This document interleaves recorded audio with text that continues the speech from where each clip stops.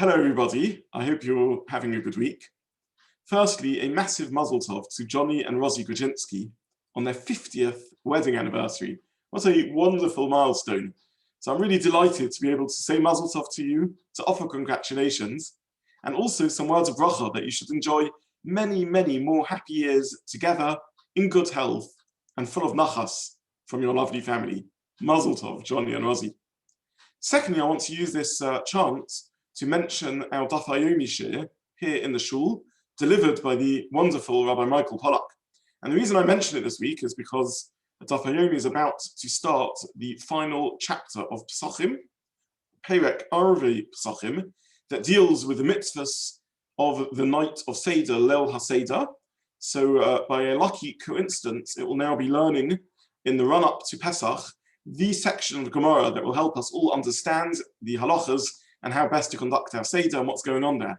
So this is an opportunity, if you haven't done so already, to try out Daf Hayomi, to give it a go, to join Daf Hayomi for this Perek, and if it goes well, who knows, maybe you'll stay along, and if not, you'll have learned a fantastic Perek and Shas as preparation for Pesach. So I'd encourage everyone to give Daf Hayomi a try, sign up to it today, join the other people that are doing Daf Hayomi under the expert teaching of Rabbi Michael Pollack. And this is a great time to join it or to give it a go.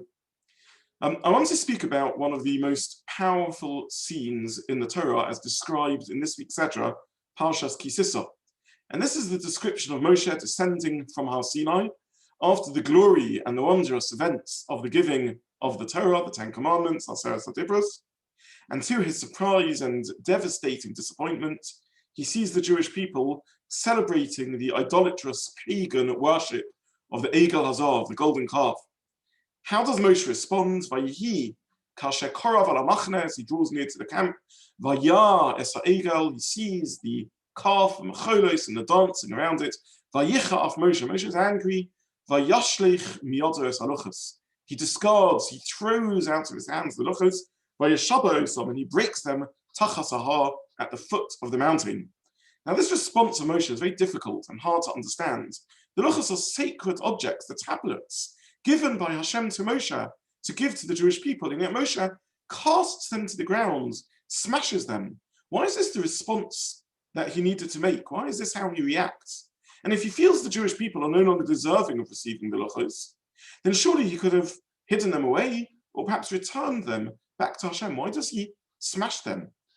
And interestingly, Moshe is praised for this decision in the language of Chazal, in the eulogy delivered in the very last verse of the Torah, which describes all Moshe's achievements, all the wonders that he did, that he redeemed and brought the Jewish people out of the land of Egypt, the great acts that he participated in.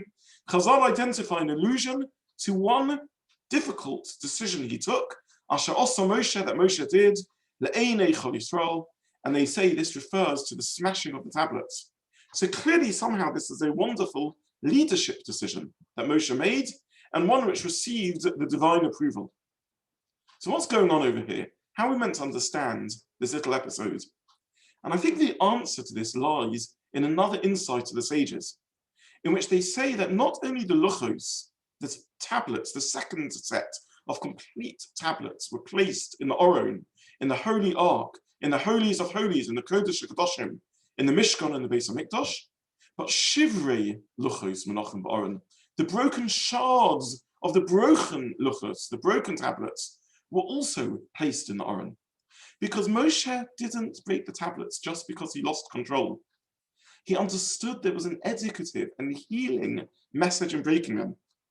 Before the Jewish people sinned with the Egel Hazav, they could find Hashem through the whole tablets, through the wholesomeness of their relationship with him.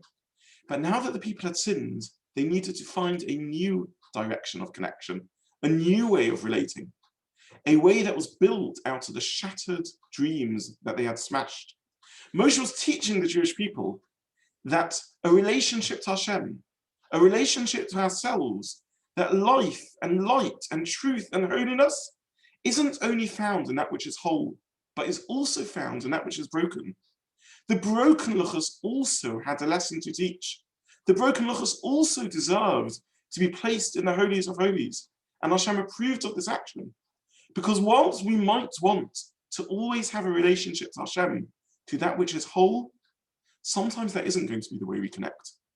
Sometimes Torah, truth, light, life, and growth can be found in failure. Sometimes it can be found when we are demoralized, when we're low, when we feel that we are less than perfect, when we feel a sense of misery, of pain, of failure, of neglect, of distance, of a lack of wholesomeness in our lives. There, in that point of that which is broken, truth and kedusha, holiness, can also be found. And therefore the whole luchos are found in the Kodesh HaKodashim, but Moshe teaches the Jewish people that broken tablets, the shards of an appreciation of the wreck that perhaps we have come, when life is breaking us down and when everything is difficult, there too, sanctity, kedusha, and connection to Hashem can be found. So we daven to Hashem in our lives that we should be whole, that we should be able to serve Him through the whole tablets. But we recognize that that won't always be the case, and that shivrei luchos, malachim ba'oren, that even the broken shards of the luchos can be found in the holiest of holy spaces. And this is the lesson that Moshe Rabbeinu, Moshe the teacher, taught us as he smashed those luchos. May we always be complete and whole, but when we're broken, when we make mistakes, when times are difficult and dark, we also can be found in the Holy of Holies. Good Shabbos, Shabbat Shalom, be well.